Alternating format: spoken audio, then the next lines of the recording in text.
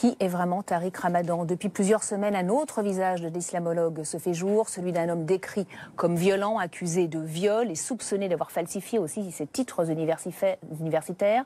L'affaire a rebondi cette semaine avec 2 nouvelles plaintes, dont une aux États-Unis. En France, une 3e femme qui se fait appeler Marie l'accuse à son tour. Cette 3e plainte va-t-elle tout changer, précipiter la chute de ce théologien contesté? On va en parler avec nos invités dans un instant, mais tout de suite le rappel des faits avec Aurore Villemur et Marie Duquesne. C'est par les réseaux sociaux que Tariq Ramadan entre en contact avec Marie. Il lui propose de la rencontrer.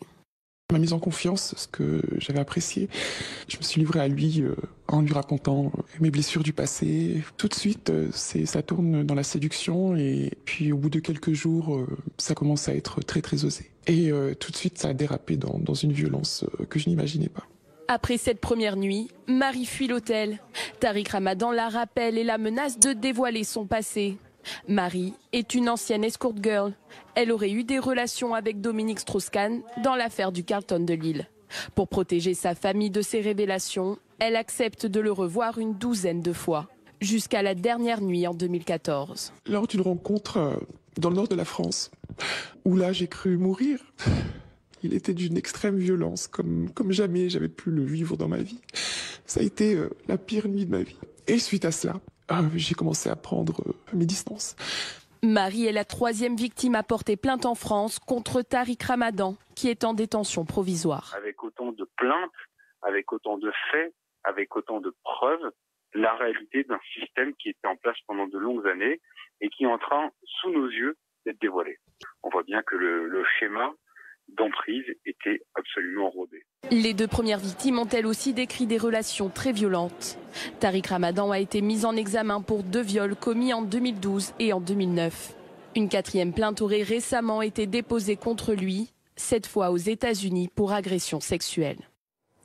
Tariq Ramadan, la face cachée, on en parle avec nos invités. Marion Van Rettergem, bonjour. Vous êtes grand reporter à Vanity Fair. Et c'est intéressant parce que vous avez rencontré l'une des plaignantes, celle qui se fait appeler Christelle. J'en ai rencontré 3. Voilà, enfin, Christelle deux témoigne et une victime. Dans Vanity Fair, donc une enquête à voir encore cette semaine dans votre journal. Avec nous aussi Christian Macarian, directeur délégué de la rédaction de l'Express. On rappelle que l'Express avait réalisé un entretien avec Tariq Ramadan, c'était en 2000. Donc 2 nouvelles plaintes cette semaine qui viennent mettre à mal un petit peu la défense de Tariq Ramadan. Tariq Ramadan dans la tourmente. Lui, on le rappelle, nie en bloc. Mais voyons tout de suite ce qu'on lui reproche, les faits. Il est en détention provisoire depuis le 2 février. Il a été mis en examen pour viol, pour des faits qui remontent à 2012, et mis en examen aussi pour viol sur personnes vulnérables, faits remontant à 2009. Donc 2 nouvelles femmes l'accusent cette semaine, une en France. Vous l'avez surnommée Marie à l'Express, Christian Macarian. L'auteur de l'article, oui. Voilà. Est-ce que il y avait des rumeurs autour, entre guillemets, des pratiques sexuelles de Tariq Ramadan, comme ça a pu être le cas pour certains hommes politiques? Il y avait des rumeurs, mais elles étaient couvertes par un autre bruit tout à fait puissant qui entourait le nom de Tariq Ramadan, qui tenait beaucoup plus à ses activités politiques et à ses positions, notamment, on se souvient du fameux débat avec Nicolas Sarkozy, des positions extrêmement choquantes et dérogatoires à toutes les lois républicaines, aux principes fondamentaux des démocraties et de l'égalité des hommes et des femmes. Donc cet aspect-là du personnage qui couvrait ses comportements privés. Donc si vous voulez, il y avait tellement de scandales autour de ses positions en matière de lapidation, cette fameuse histoire de moratoire sur la lapidation, c'était quand même assez choquant. La façon dont Nicolas Sarkozy l'avait démonté de façon magistrale pendant un débat télévisé, c'est ça qui faisait la rumeur de Tariq Ramadan. Ça n'était pas forcément ses agissements privés. Mais il est exact que des bruits, notamment en provenance de Suisse, nous étaient parvenus sur son comportement avec certaines femmes. Des bruits qui n'étaient pas revenus jusqu'à Christelle. Donc cette troisième plaignante, elle raconte des faits d'une rare violence. J'ai cru mourir. C'est également ce qu'elle vous a dit, Christelle. Vous avez senti la peur chez elle? Oui, bien sûr. Ce qui est frappant chez Tariq Ramadan, c'est qu'il y a toujours une sorte, quand on compare les récits de toutes les victimes, qui encore une fois demandent à être avérées par la justice, hein, la présomption d'innocence continue à jouer, mais c'est vrai que Christelle, moi je l'ai rencontrée 7 heures, j'ai parlé avec elle au moins 7 autres heures suivantes, donc je peux vous dire que j'ai posé les questions dans tous les sens et sous tous les angles pour m'assurer de la crédibilité de ce qu'elle disait, et elle m'a paru totalement crédible. Ce qui est frappant par rapport aux autres, j'ai aussi rencontré Enda Yari, et j'ai rencontré aussi une ancienne élève de Tariq Ramadan à Genève, lorsqu'il était professeur de français au collège ils appellent ça cycle en Suisse, nous on dit collège, et donc il exerçait une sorte d'influence et de séduction, ça allait jusqu'à des rapports sexuels avec des jeunes, parfois mineurs, de 15 et 16 ans. Ce qui est frappant quand on met tout ça ensemble, c'est la similitude du processus, qui n'est pas un viol basique au coin d'une rue ou dans une forêt, mais qui procède d'une véritable stratégie d'emprise sur les personnes, et qui va jusqu'au viol très sophistiqué dans une chambre d'hôtel avec le consentement des victimes qui ne s'attendent absolument pas à ce qui va leur arriver. Donc c'est là que c'est un peu plus compliqué. En tout cas, ces accusations, ces plaintes, ça jette le trouble sur le statut d'intellectuel musulman de Tariq Ramadan. Qui est-il? C'est ce qu'on va voir. Tariq Ramadan, c'est un intellectuel suisse. Il a 55 ans, donc on devrait le voir arriver tout de suite, donc ça devrait s'afficher à l'écran. Il a 55 ans, c'est le petit-fils de Hassan El-Banna, fondateur des Frères musulmans. Il est marié à une Française convertie à l'islam, il a 4 enfants, professeur à Oxford. On le voit arriver en France, Christian Macarian, dans les années, on va dire, 80-90 ? Oui, avec une ambition très forte, une ambition personnelle, qui est celle de prendre la tête des musulmans qui sont, à cette période-là, qui sortent de l'anonymat. On est au milieu des années 80 et disons, au tout début des années 90, dans une période de construction de l'islam autour de principes que le petit-fils du fondateur des Frères musulmans, qu'est Tariq Ramadan, est en train d'échafauder. Quels sont ces principes? Fondamentalement, Ramadan veut démontrer qu'il existe une conciliation possible entre les démocraties occidentales et un islam qui ne renierait pas ces valeurs fondamentales. Justement, on va voir ce qu'il disait à l'époque, Tariq Ramadan, donc quand on l'a vu émerger en France, des propos qui apparaissaient plutôt modérés, comme on va le voir sur cette infographie. Un musulman résident ou citoyen doit se considérer sous le fait d'un contrat à la fois moral et social avec le pays où il séjourne. En d'autres termes, il se doit d'en respecter les lois. C'est ce discours qui a séduit Christelle ? Le discours, Christelle, c'est autre chose, parce qu'elle, dans le elle était en quête de religieux quand elle l'a rencontré. En quête de religieux. Il y a toujours une fragilité chez les victimes présumées de Tariq Ramadan. Elles sont dans des situations privées compliquées, en divorce, en état de désarroi, etc. Et c'est vrai qu'il y a souvent une recherche religieuse. Et pour elle, Tariq Ramadan représente une sorte de... Enda Yari m'a dit, c'est comme Elvis Presley avec la pureté en plus. Enfin, une sorte de star inaccessible. Un homme dont on ne met pas en doute la pureté absolue, les convictions religieuses, un maître à penser.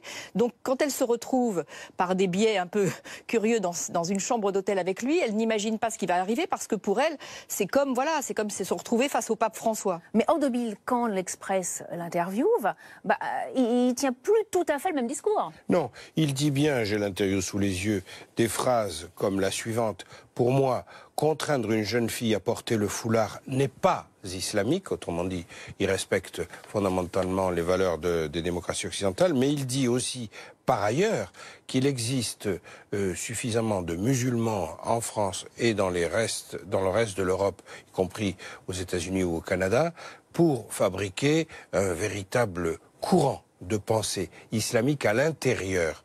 Islamique, pas islamiste.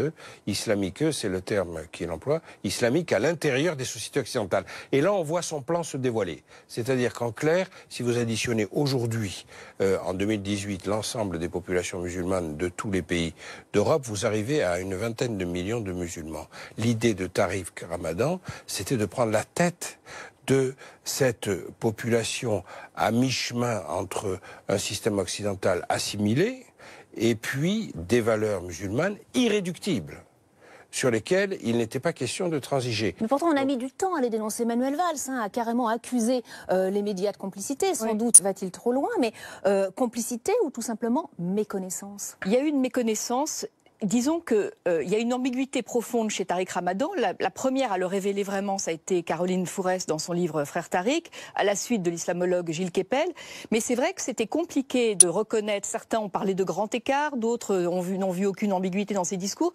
Il y a quand même une contradiction dans ce que disait Christian, entre le fait qu'on respecte les lois du pays dans lequel on est et en fait la volonté insidieuse de vouloir imposer une islamisation de la société, ce qui est le message en fait des frères musulmans dont il est l'héritier et le mandataire inavoué, parce qu'il n'a jamais dit qu'il faisait partie des frères musulmans. Il y a des signes il porte ce discours. Il y a des signes qui auraient dû nous alerter très clairement. Comme le dit Marion, toute sa carrière, notamment en France, mais pas seulement, parce qu'il est allé ensuite essaimer au Royaume-Uni, en Suisse, il avait un certain prestige. On a des doutes aussi sur son parcours universitaire. Oui. Absolument. Son parcours universitaire, il y a des doutes. Il a surtout fait pression, c'est ce que dit son directeur de thèse en Suisse, fait pression et même quasiment menacé pour obtenir sa thèse dans les meilleurs délais. Et dans sa thèse, il y a énormément de points islamistes choquants que le directeur de thèse voulait lui faire retirer et qu'il a refusé de retirer. Donc il a un peu arraché, si vous voulez, cette thèse.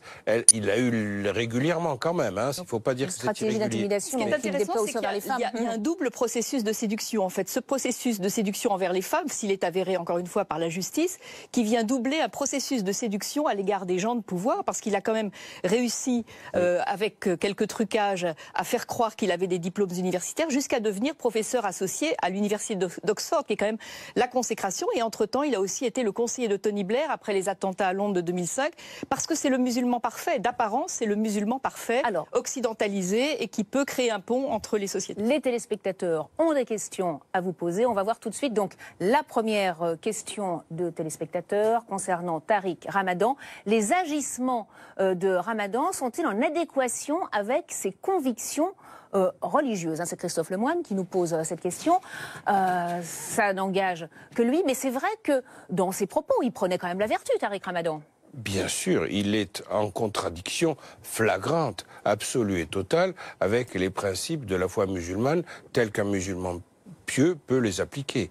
Donc il a violé les principes qu'il professe et il a violé ses propres prédications. Là-dessus, je crois qu'il n'y a aucun doute. Si toutefois, et je reste prudent, la justice française considère qu'il est coupable. Voilà. Pour le moment, il y a la présomption d'innocence. Il est mis en examen, incarcéré, mais on lui doit quand même la présomption d'innocence. Autre question que l'on va voir de téléspectateurs. Comment a-t-il réussi à passer entre les mailles du filet aussi longtemps? Là, c'est son supposé double discours, sa face cachée.